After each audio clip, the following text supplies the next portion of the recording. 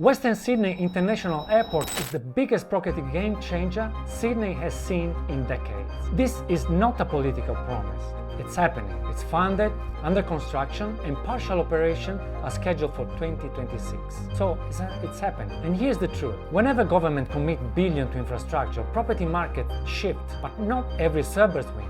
In this video, I'm not giving you hype, I'm giving you logic, facts, and a clear roadmap to play this once-in-a-generation opportunity smartly. The airport is just the centerpiece. What's being built around is the real game changer, the Western Sydney Aerotropolis. This is a city within a city, combining freight, logistics, health, education, retail, and obviously residential zones, all built to integrate jobs and livings. Here's what's already underway. There is the M12 motorway and the M7 upgrades that are connecting the airport directly to Sydney's spine. A new metro rail line will run straight into the airport, linking it to Parramatta and beyond. Councils are fast-tracking land releases and zoning changes to align with the airport timeline. And obviously, real estate is already reacting. According to the research, industrial and commercial land near Ladenham and Badgerys Creek has seen some of the fastest appreciation in New South Wales, even before planes take off. We have seen this before, around Mascot in Sydney and Tullamarine in Melbourne. Land values doubled well ahead of the airport becoming operational. Investors weren't buying planes,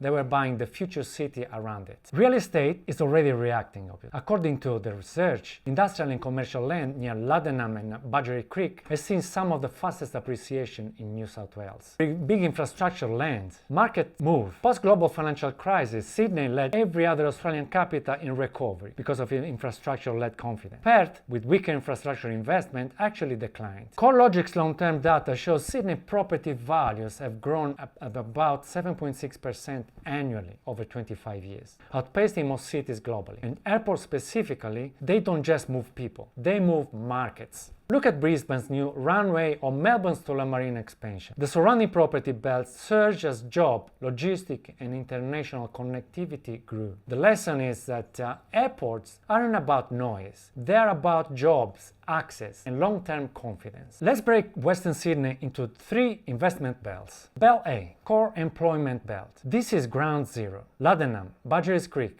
Bringelly. Here, zoning is heavily industrial or mixed use. It's ideal for commercial land and banking if you have patience, but not for everyday residential investors. Belt B, livable and connected belt.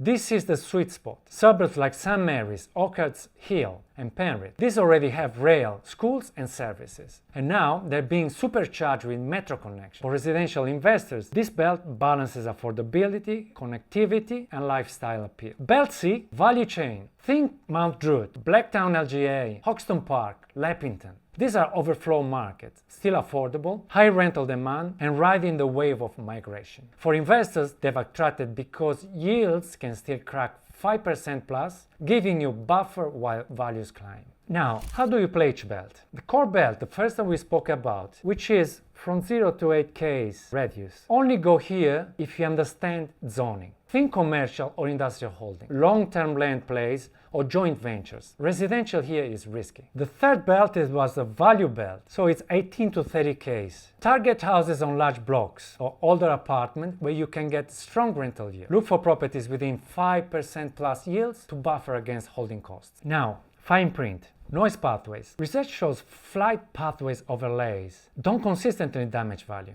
Take in consideration Mascot and St. Peter's, they are just below the flight path. They kept rising even under aircraft noise. Timeline slippage. Infrastructure can drag. Focus on corridors with shovels already in the ground, not just glossy brochures. Regarding holding costs, rates and vacancy risk are real. Make sure you've got buffer cash flow. Before you buy anywhere in the airport corridor, check these 3 data points. Number 1, rental yields, net, no gross.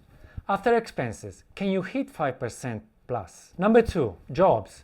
Are businesses and workers already moving in, or is it just on paper? Number 3, population and approvals. ABS migration data shows record high. In May 2025 alone, 33,230 long-term arrivals landed, the highest May ever recorded. That demand has to live somewhere. Plus, rezoning approvals like Burwood North, 15,000 home pricing, show government are fast-tracking supply. But you want to buy before the rezoning wave, not after. So, how do you act on this? Step 1. Walk to suburbs in a connected belt. Visit, for example, Penrith and St. Mary. Talk to agents, count rental listings, see tenant demand with your own eyes. Step 2. Pull recent sale and rental data. Don't rely on media headlines. Step 3. Track the metro timeline. Once construction milestones hit, values tend to jump. And step 4. Always ask yourself, will this property still be desirable if interest rates go up or if more supply lands nearby? No fluff, no hype, just logic. Yes, there's massive opportunity around Western Sydney Airport. But the winners won't be those who chase glossy. The winners will be disciplined investors who match yields, infrastructure, and fundamentals, and execute before the market catches on. That's how you turn today's property into tomorrow's $1 million assets.